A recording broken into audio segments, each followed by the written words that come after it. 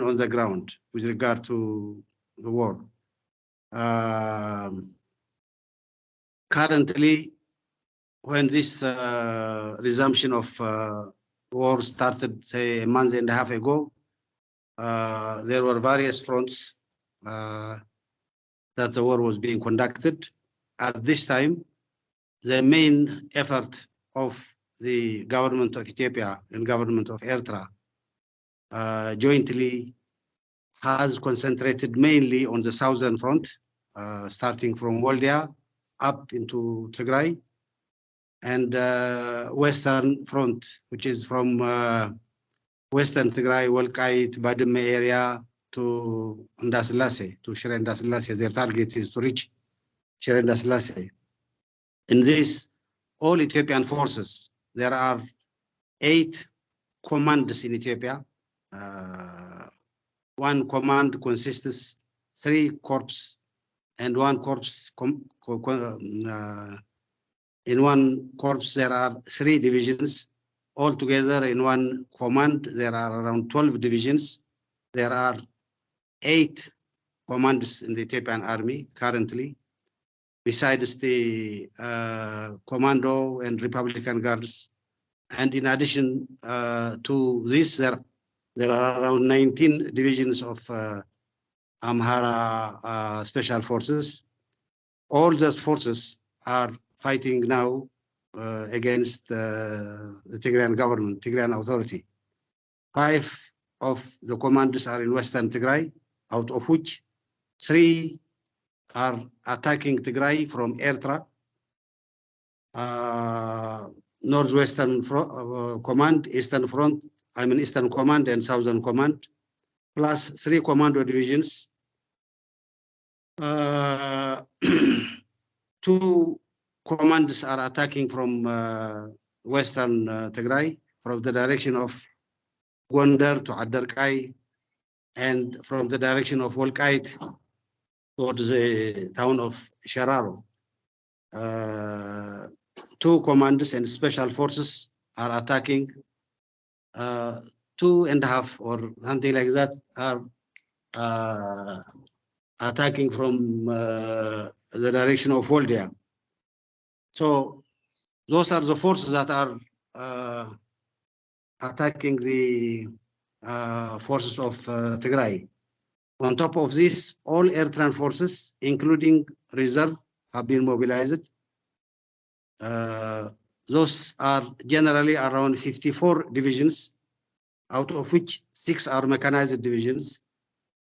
Around half of all those forces, are around 24 divisions, are attacking Tigrayan forces from Western Tigray in coordination with the Ethiopian forces. Around 5 to 6 divisions attacked from the Eastern Front, from the Barahle direction towards Mekelle. And I think you might have heard what has happened. This force has been temporarily neutralized. Whether the Eritrean forces will continue to mobilize forces in that direction and attack Mekelle is something that we are going to see in the future. The rest of the forces of Eritrea are in the highlands of Eritrea, around Zalambesa, Sarha, and Mendefera, Kuala direction. In the whole war, the main support of mechanized forces is from Eritrean forces.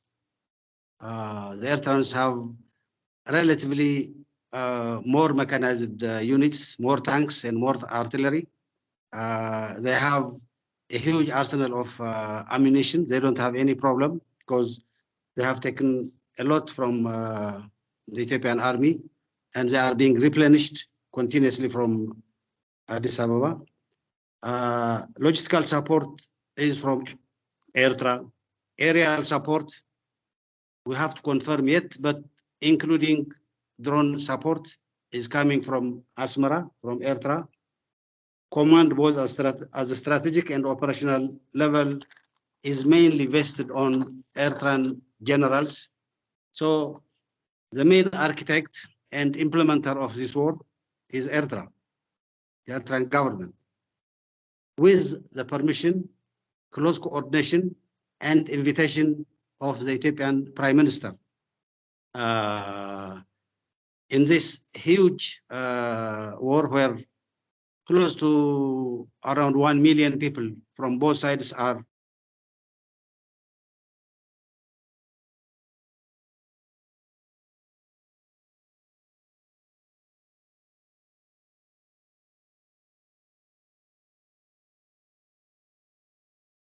General, you just went on mute. So if you could unmute yourself. How about now? Is it okay? Yeah, perfect. You cut off right after you said there was 1 million men mobilized on each side. Yeah, roughly around close to 1 million, out of which close to slightly less than 1/4 are forces under TDF. The rest are from the other side. In this huge war where we are blocked for the last roughly 3 years, Tigray was blockaded 1 year before the war, and it has continued, especially after the government of Tigray controlled Mekelle. We are left alone with no other option except to fight for our survival. It is a declared intention of both the government of Abiy Ahmed and the government of Isaias Afwerki to finish not only TPLF and its associates, but Tigrayans in general, because of who they are. This war is, in my opinion, a regional war. It has extremely far-reaching implications. If they get their way, the whole geopolitical landscape will change. Isaias will be the boss of the region. He has already brought Abiy Ahmed into his pocket. Abiy Ahmed doesn't have any other alternative except obey what Isaias has to tell him. It is public secret that Isaias' next target is Sudan. So the whole region, if Isaias could break the resistance of TDF and the Tigrayan people, he is out to dominate the region and implement his version of governance, which is very much known. I don't need to go into that detail. So this is the consequence. And on the other hand, if the Tigrayan resistance prevails, there will be a chance for the region to restructure the whole politics in a way that benefits the general public, all Ethiopians, including Eritreans as well. So it has far-reaching strategic implications in shaping the geopolitical situation in this part of the world where, you know, as it's known, this region is situated in the western part of the Red Sea. The strategic significance of the Red Sea is very much known. I don't need to go into that detail. Above all, even if they win, even if, which is not a foregone conclusion, which is difficult because we are fighting for our survival and we'll fight on how we know to fight. But hypothetically, if they win, there will not be peace. Almost half of Ethiopian defense forces are in Eritrea. Whether those forces will be extricated or come out of Eritrea willingly is doubtful, because Isaias has a habit of retaining those forces and using them for his own purposes. And Isaias, Eritrea cannot dominate Ethiopia, even if they wish so, because it's not a matter of Abiy Ahmed. The whole Ethiopian population will not accept the domination of tiny Eritrea, huge Ethiopia, which has far-reaching implications. And Ethiopia cannot again reconquer Eritrea. So the scenario, even if this war has been has gone according to their script, it does not bring peace. It will bring another level of complicated political security challenges to the whole region.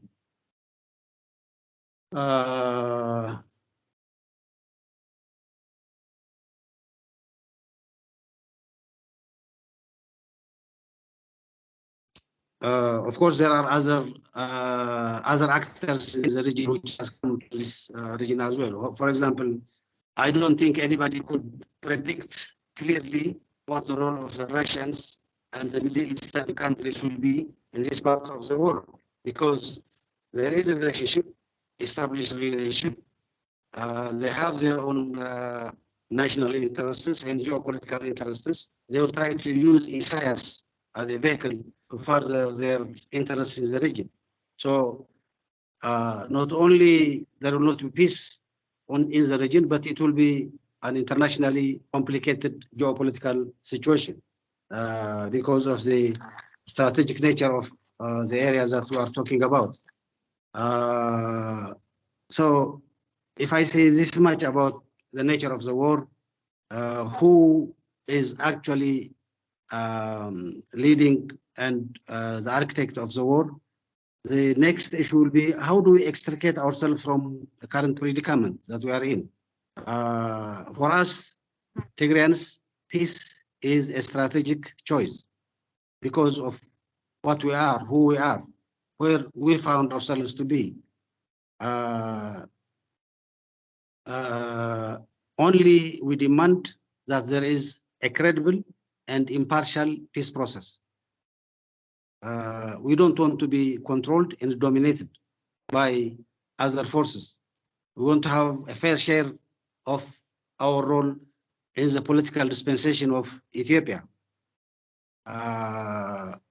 But the current arrangement is such that the desire is to not only dominate and control Tigray, but exterminate the population. I'm not talking to exaggerate the situation. They have done it in the past. They will continue doing it in the future. They are doing it currently in the areas Eritreans and Ethiopians control in Western Tigray, in Adiabo. They are raping, they are looting, they are killing, they are exterminating people. That's what is happening. So the only chance left for Tigrayans is to fight for survival or demand a credible and impartial peace process that will resolve the problem. We have negotiated, well, confidentially, but now I don't think it's no more a confidential process. I don't need to go into the details. We have met 3 times with the Ethiopian authorities. We have discussed, and I would like to thank the American government for organizing those meetings.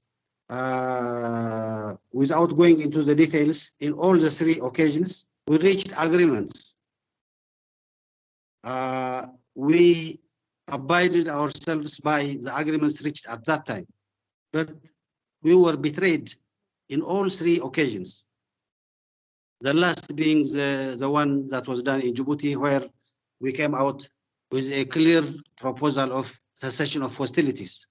And of course, what needs to be done in the cessation of hostilities.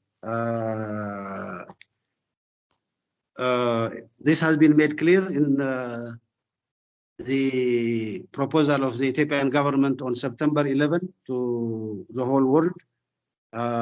Those proposals did not come out of the blue. They came on the basis of the meetings we had with the Ethiopian authorities at different times. And in most of the issues that we have raised, we have discussed with them and reached some agreement, but betrayed. There is no, up to now, there is no response to our September 11 call for an agreed cessation of hostilities. Our proposal is to end the carnage. We need to start a peace process. The peace process cannot start just simply by saying let's start a peace process. The first thing we have to do is we have to come into a cessation of hostilities. People are shooting at each other. This has to stop. There is a carnage that's being done. This has to stop. The first thing to do this is a cessation of hostilities. As you all know, cessation of hostilities is transitory. It can go to peace or it can go to war.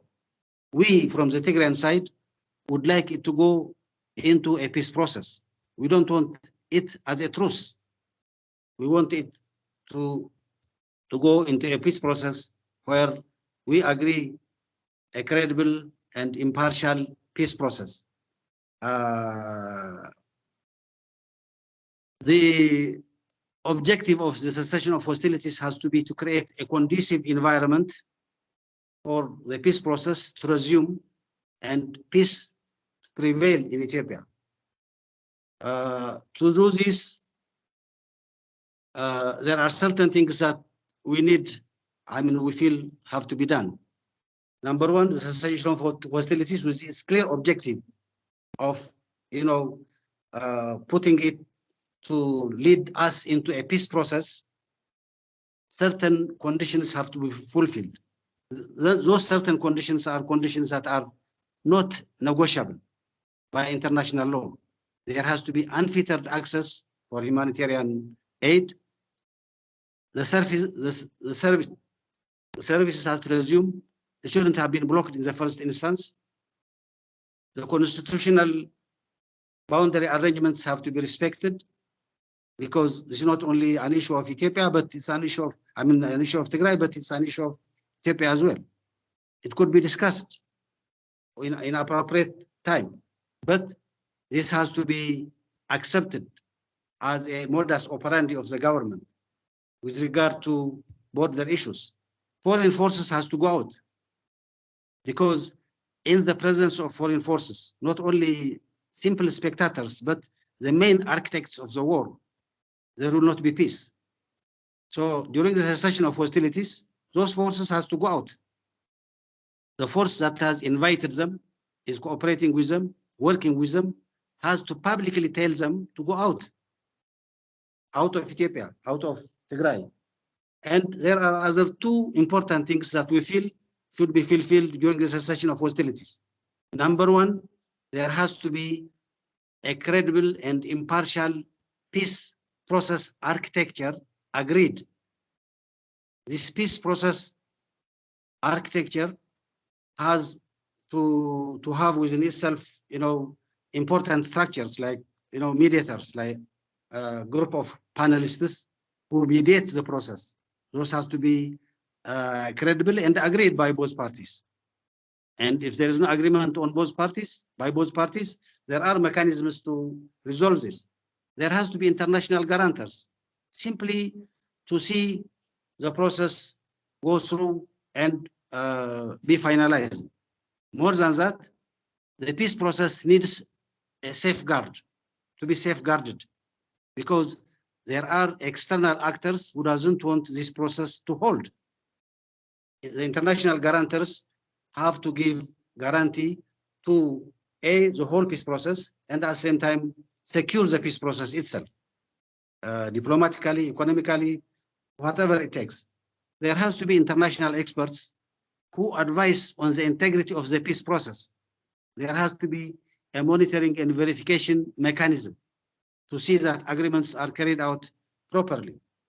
When we say this, we are saying we are ready to commit ourselves to such an arrangement. We would like the international community to commit to such an arrangement as well. We would like our partners, if they are serious, to commit to such an arrangement. A credible, impartial, properly designed and agreed peace process architecture, we feel could help us resolve this process. Once this is agreed during the cessation of hostilities, there has to be some kind of a declaration of principles as well, which directs the trajectory of the peace process. The parties have to agree to certain principles to go into and respect in order to continue the peace process. Those are the demands we ask. We feel those demands are not only fair, but at the same time, it demands us to be committed to the peace process. There is, there is a propaganda activity that tells, the Tigrayans know how to fight, they don't want to go to peace. Well, given our circumstances, if we are forced between subjugation, control, we'll fight. But we would like to have a fair and credible, impartial peace process, internationally designed and accepted, and we would like to abide ourselves by that process, and will accept whatever comes out of that process. We made this clear. The Ethiopian government rejected it.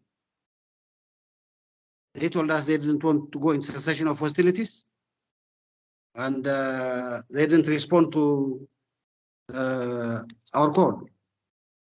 After the cessation of hostilities and what needs to be done within a certain period of time during the cessation of hostilities, then we can have a robust, credible, impartial peace process. We are ready to commit ourselves to such a process. We are ready to commit ourselves to an agreed cessation of hostilities. I would like to say something about, the Africa. We have agreed to an African-led process, but this shall not be, meant a carte blanche to African Union to impose whatever they think is a proper peace process upon us. It has to be discussed and agreed between the parties, not only between us, but between us and the Ethiopian government as well. Up to now, we haven't heard anything from the African Union. Nobody has contacted us. Rather than designing a robust, credible, impartial peace process, the issue has become Mr. Obasanjo. Our misgivings on the African Union and our opinion on Mr. Obasanjo has been made clear. With all our misgivings, we have accepted the continental organization, but we haven't changed our position on Mr. Obasanjo. We don't want to make Obasanjo an issue. What we are saying is, let's have a credible, impartial, robust peace process architecture in place, and then we take it from there. And there are modalities and traditions for this kind of a process to be put in place.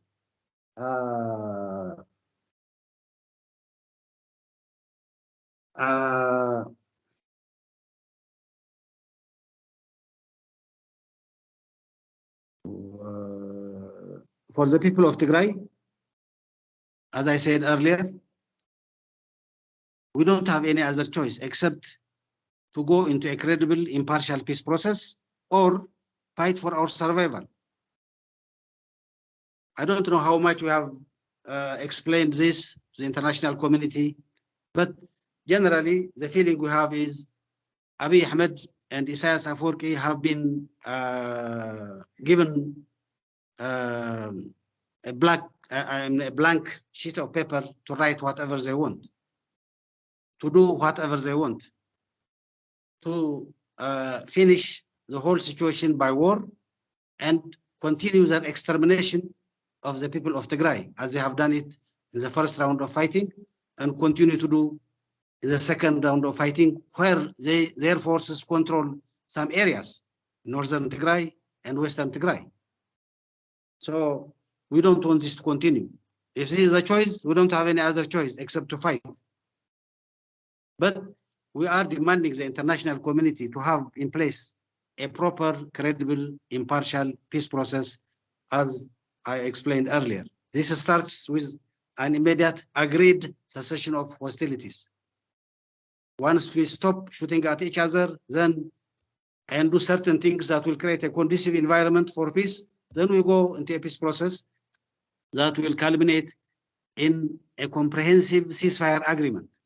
That comprehensive ceasefire agreement, in our opinion, will lead us into an all-inclusive political dialogue, where all political parties in Ethiopia participate, including us, and then try to resolve the political predicament of this country in a manner where people's voice are properly heard.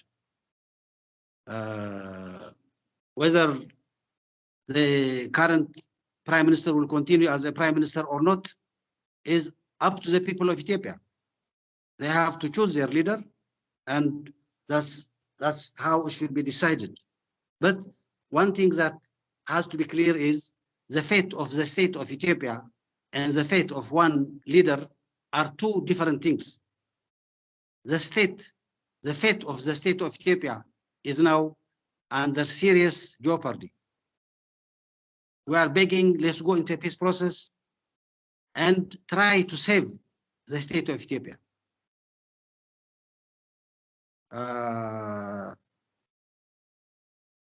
Those are the points I have on both the current situation on the ground and the diplomatic community. Thank you very much. I will respond to some of your questions.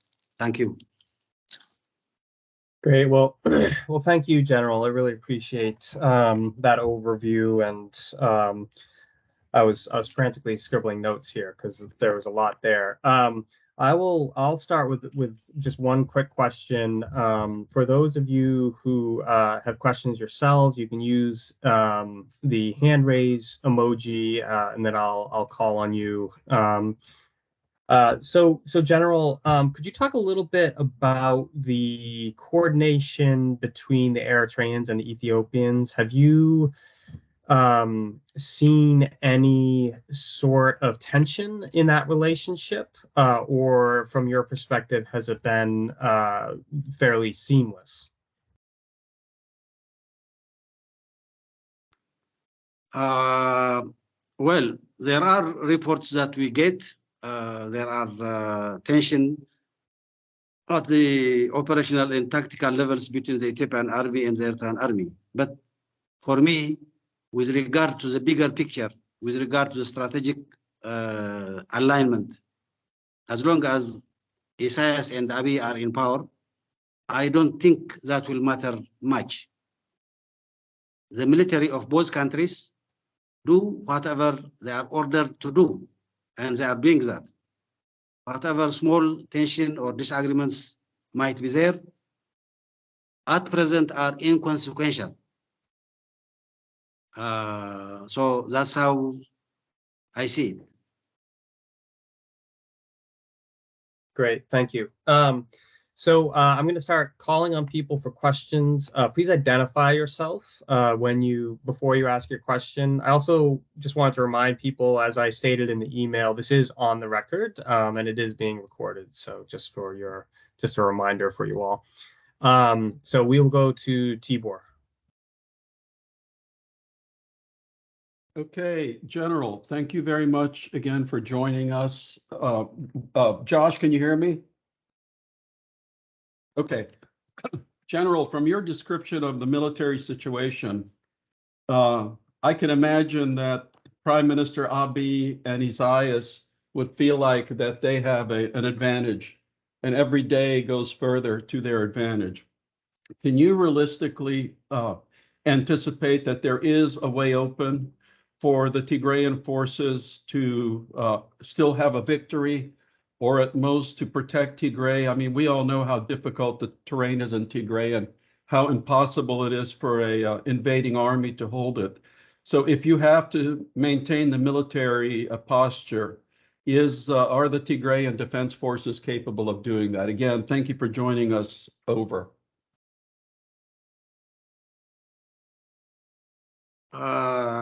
Well, thank you, Ambassador Tibor. We are fighting a huge war. I don't think it will be easy for me to predict the outcome of that war. If what has happened up to now is an indicator, or what has happened in the past is an indicator, maybe we might, lots of lives will be lost. We might take time, but at the end of the day, I sincerely believe the people of Tigray will prevail because they have justice in their side. They are fighting for their right. I have fought along Isaiah's army during 17 years of armed struggle. I have commanded the Ethiopian Eritrean forces, and now for the third time, I'm fighting forces and against the forces that I helped create and establish. So up to now, we haven't faced major defeat. Not me, but the people of Tigray. There is no reason why we don't be victorious in the future as well. What are we going to do? I think the Tigrayan people have a way of adapting themselves to the current situation because they don't have any other choice. We don't have an outlet, so we get our bullets from our enemies. We have done that during the 17 years. We'll continue to do that. Our food and provision was being provided by the Tigrayan people, however meager it might be. It will continue to be like that.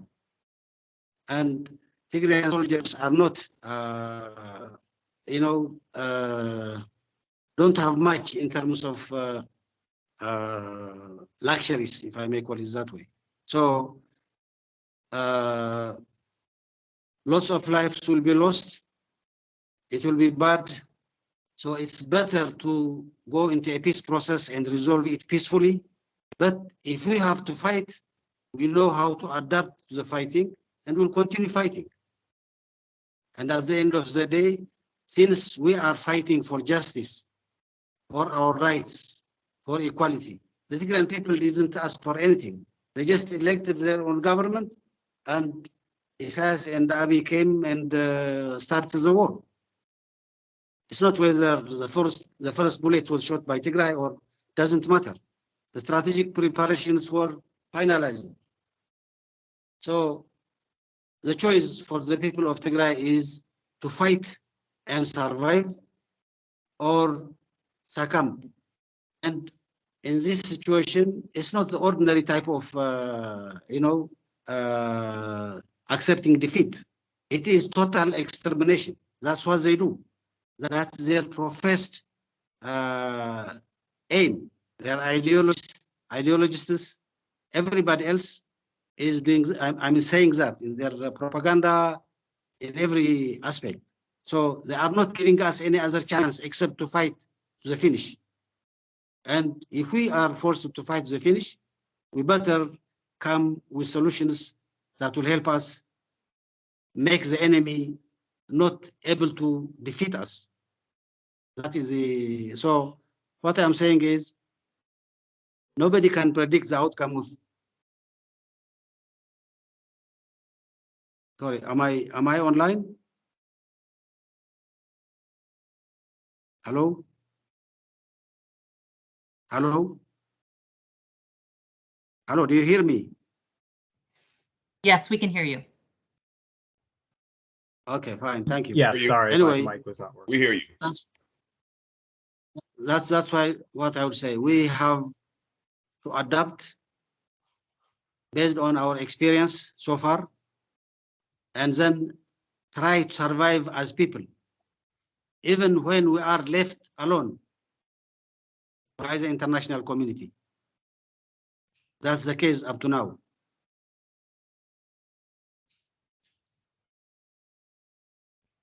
Great. Thank you, General. We have a lot of questions here, so I'm going to ask our the people who have questions to make them very short and to the point, please. And again, please remember to identify yourself. So Ted, you are next.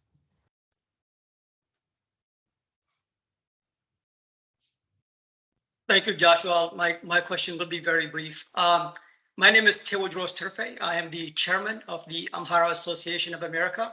It's an advocacy group here in the United States. General Tsadkan, in the TPLF's most recent statement on cessation of hostilities, the TPLF has no longer set preconditions on the issue of Welkait. We believe this is a positive development and hope this is a sign the TPLF has finally accepted the current status quo and historical administration of Welkait and Raya. As an organization, we have issued multiple statements condemning all human rights violations by all belligerents and have demanded unfettered humanitarian access for all Ethiopians. However, our organization, international human rights organizations, and many media outlets by both Ethiopian and Western have documented gross human rights violations committed by TPLF militias in what amounts to a genocide, including massacre of thousands of Amhara civilians, rape of thousands of Amhara women, millions of Amharas displaced, blocking aid to areas within Amhara region held by TPLF, and destruction of civilian infrastructure. And similar crimes have been committed against Afar civilians by the TPLF militias. How does the TPLF envision a lasting peace between Amharas, Afars, and Tigrayans while the TPLF forces continue to commit war crimes? Thank you. Number one, for the record, the government of Tigray, by the way, I'm not a member of the TPLF. I'm a member of the government of Tigray. The position of the government of Tigray is not to accept the status quo. The position is things have to go back to November 2020, status quo ante. The administration has to come to Tigray. Displaced people, about 1,200,000 of them, have to go back to their place, resume their normal life. And if need be, there is an issue to raise about, to whom that area belongs, then there is another constitutional process that we can discuss and agree. But at first, it has to come back to the agreed constitutional administration. So I think you need to get this straight. We did not abandon that precondition. The only thing we said is, let's have a cessation of hostilities and discuss those issues.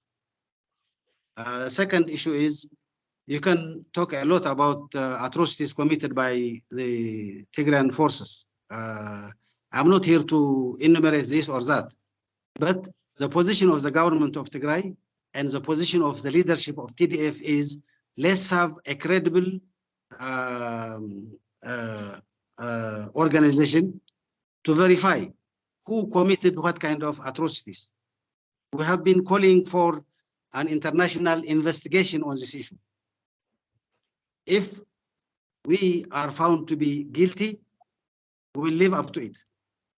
But we are very confident what our forces have done. We have a proper rules of engagement of the the Tigrayan army. We have penalized our soldiers who have committed crimes, and this and other kind of human rights abuses, human rights crimes, with a clear intent of exterminating the people of Tigray, are two different things. In any case, I'm not here to argue whether we have done this or that, but our position is, let credible international investigators come investigate it, and then let the guilty party be known. It is the Ethiopian government who is refusing this, not the Tigrayan government. That's what I would like to say. Thank you, General. So Sina, the next question to you. Thank you so much. Thank you so much, General Tsadkan, for speaking to us. My name is Sina Jimjimo. I'm the director for Oromo Legacy Leadership, an advocacy organization representing over 50 Oromo community. First and foremost, I wanted to say that our sympathy and heartfelt pain to the people of Tigray is the number one thing I want to restate. We feel the pain. We've seen the atrocity the Ethiopian government, along with the Amhara regional government, Amhara Fanos, and Eritrean soldiers have committed to your people, that I myself, I cannot imagine the pain your people feels. And I appreciate that you're speaking here and telling us, though my people itself is a victim to TPLF, but what's happening to the people of Tigray, it is unimaginable. And your survival is a miracle. My God be with you guys. So my question quickly is, one, why do you think, the US government have not really pushed the Ethiopian government to keep the bargain 3 times? You say that they made a deal. Second, quickly, is the Amhara Fanos just this week over 100 Oromos were killed by Amhara Fannos. Amhara Fannos are accused of genocide in Tigray about a year ago.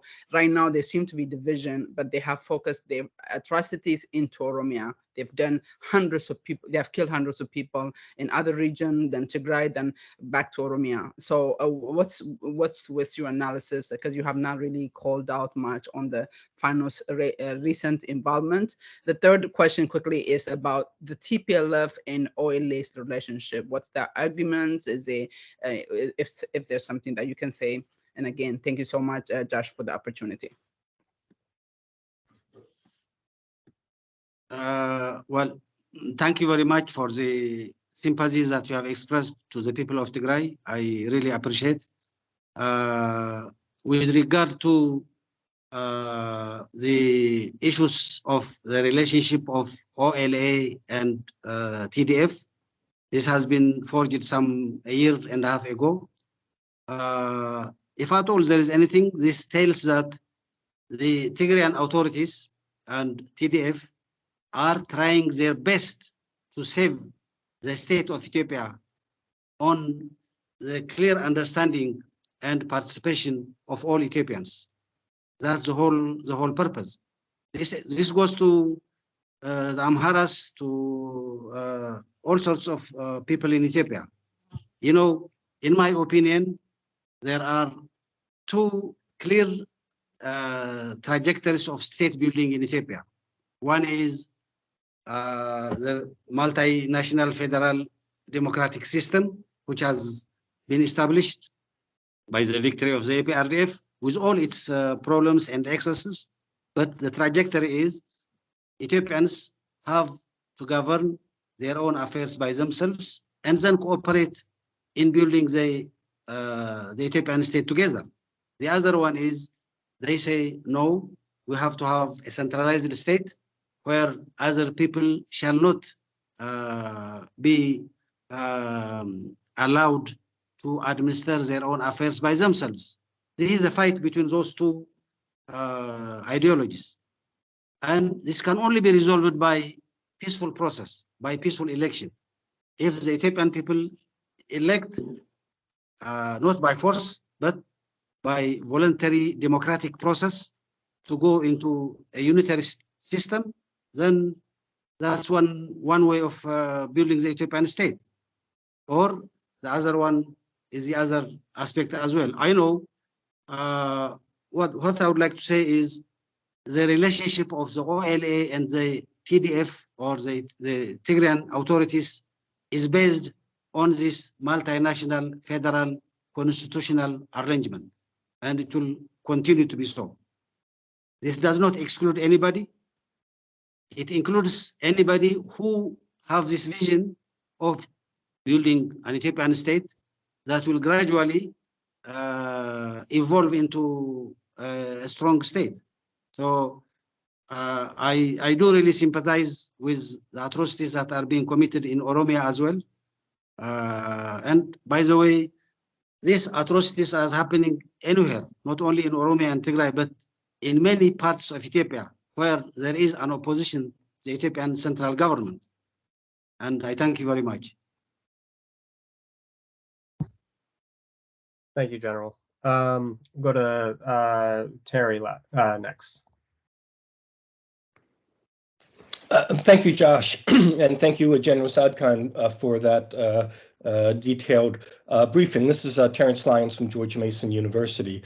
I want, in some ways, my question is takes off on the last two questions as well, but let me phrase it a little bit differently. What I kept writing down when I was listening to you and then underlined and then put stars next to was the phrase credible, impartial, and robust peace process.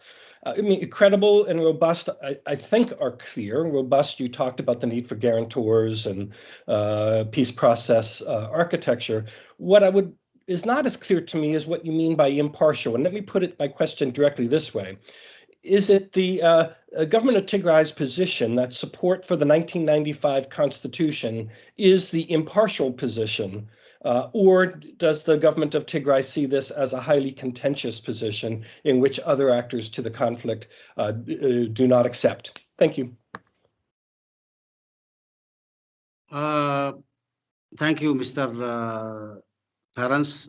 And our position, the position of the government of Tigray is any peace process that shall go forward has to accept, in our opinion, it is, of course, contingent to our other partners to accept this as well, has to accept the 1995 Constitution as a basis for resolving the conflict in Ethiopia.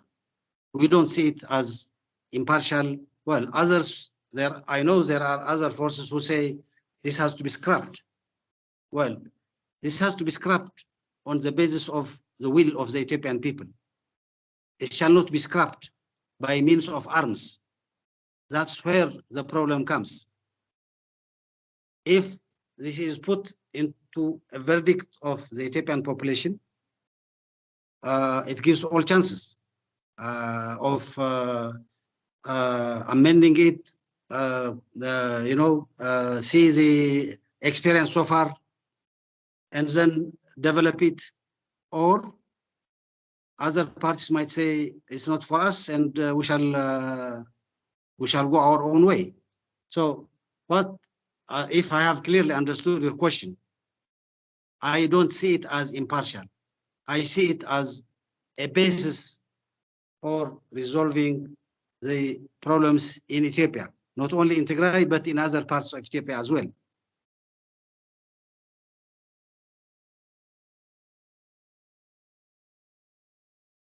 Okay, thank you, General. So we have 2 minutes left in our allotted time here. General, do you have an extra 5 minutes to spare if we go a little bit long? Fine, go ahead. Okay, great, thank you. So Johannes, you're next.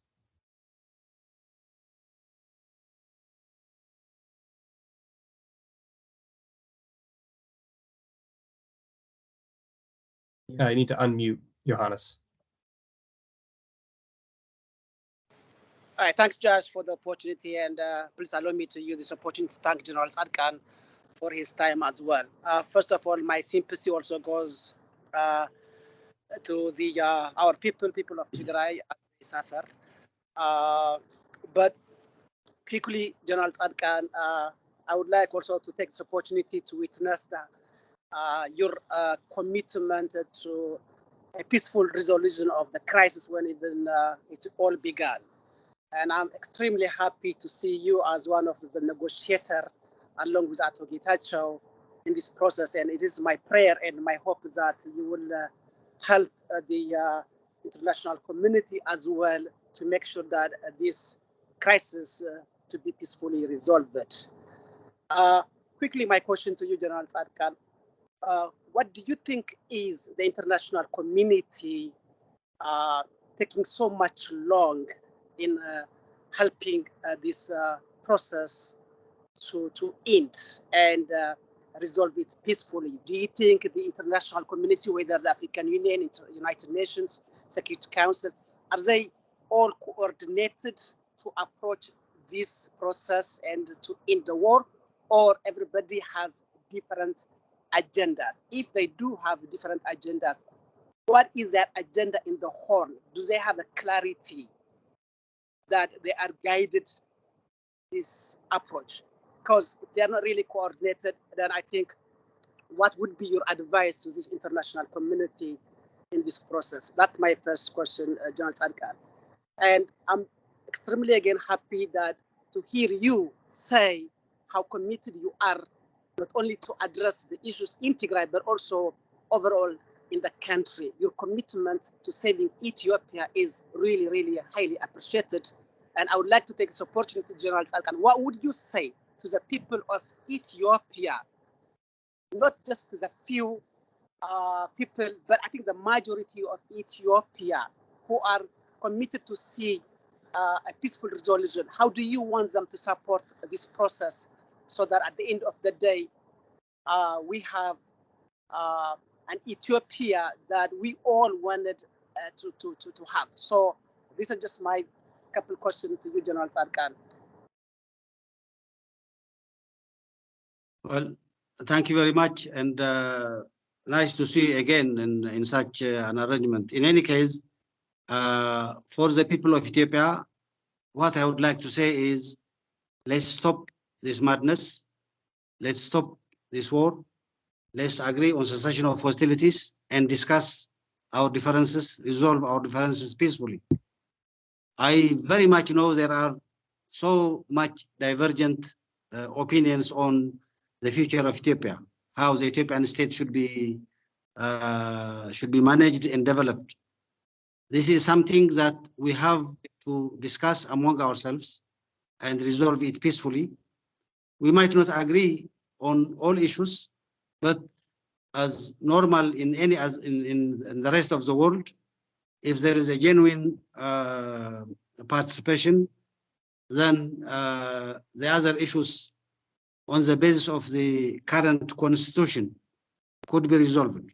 I don't need to go into the details of the political discussion because that's a huge issue that has to be faced when we reach there.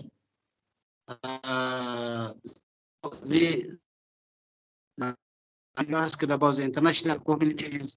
Number one, I would like to again appreciate the American government for their commitment so far and assisting the process to come into an understanding in the past. Above all, I really appreciate what the American government has done in terms of humanitarian aid to the people of Tigray, which reached the people of Tigray at a very critical moment.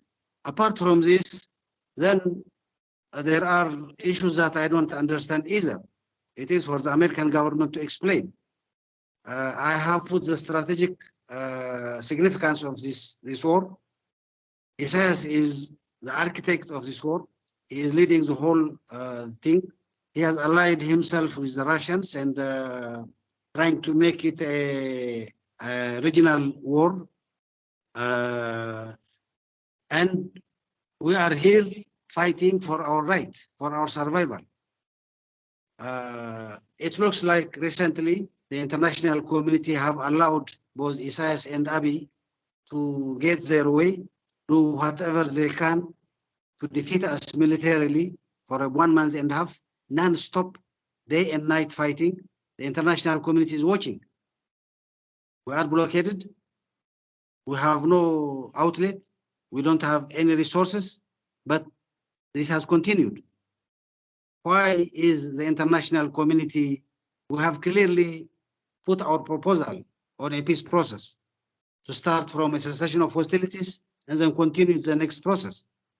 But there is no strong reaction to make it happen. Why is that so? I don't know. It is for the international community to respond, to see, and do something. And actually, to be honest, I feel this kind of interaction will help in forging opinions towards peace. That's what I can say. Thank you, General. Okay, so we're to our very last question here. Berhanu, you get to do the honors for the last question. Thank you, George. Do you hear me? I don't hear you well.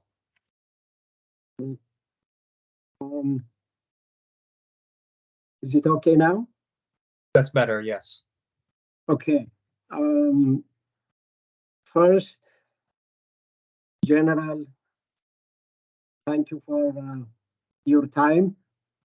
Knowing, I don't know if you can see me, you recognize me or not, knowing your position before the war, I'm sorry that you are trapped in this situation because you were a peacemaker, not a general anymore before the war. Having said that, I, regardless who is dying and who is the killing, I want you to know some of us hurt, whether that was an affair, a Tigray or an Amhara, we all are Ethiopians. We are really hurting over this. Now, with that, I have a couple of questions. Question number one, some of the preconditions you said for the peace process to work, such as the pre-2020 status and some other preconditions, how flexible are they? In other words, clearly access to resources, food, medicine, our people in Tigray. Yeah, Berhanu, I'm sorry. It's very Yeah. difficult to hear you. Yes. Can you get as close to the mic as possible, maybe, and just very quickly give your question? Okay. Can you hear me now? Really? No. No? I think you're having a microphone problem, perhaps. Yeah. I'm sorry, I can't hear him as well. Yeah, I don't think anybody can.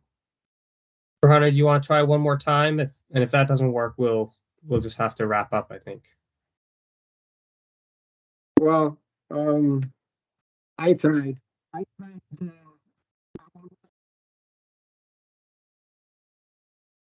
Yeah. Maybe somebody else put me on mute. Can you try? Yeah. So, no, you're not on mute. It's just the microphone is very foggy and difficult to hear. So I'm sorry, Berhanu. I think we're not able to hear you. So we'll have to wrap it up, I think, unfortunately. Well, General, thank you so much for your time. I really appreciate it, and I appreciate your perspective on this. And there's sort of a paradox here where you're an accomplished general and military thinker, but I think many people who know your career are also aware that you're a peacemaker or someone who wishes very much for peace. And I think everybody on this call wishes for that as well. So let us all hope and pray for that comes quickly. In the meantime, thank you again, General. Thank you, everybody, for joining us. Appreciate your time and wish you all the best. And I'll give any final comments to you, General. Thank you very much. Thank you very much. And I appreciate appreciate the participation in this discussion. I hope it will help bringing ideas towards peace. Thank you. Thanks, General. And thank you, everybody who joined. Thanks, Josh. Thanks, General. Let the peacemakers prevail. Indeed. Thank you. Thanks, Josh.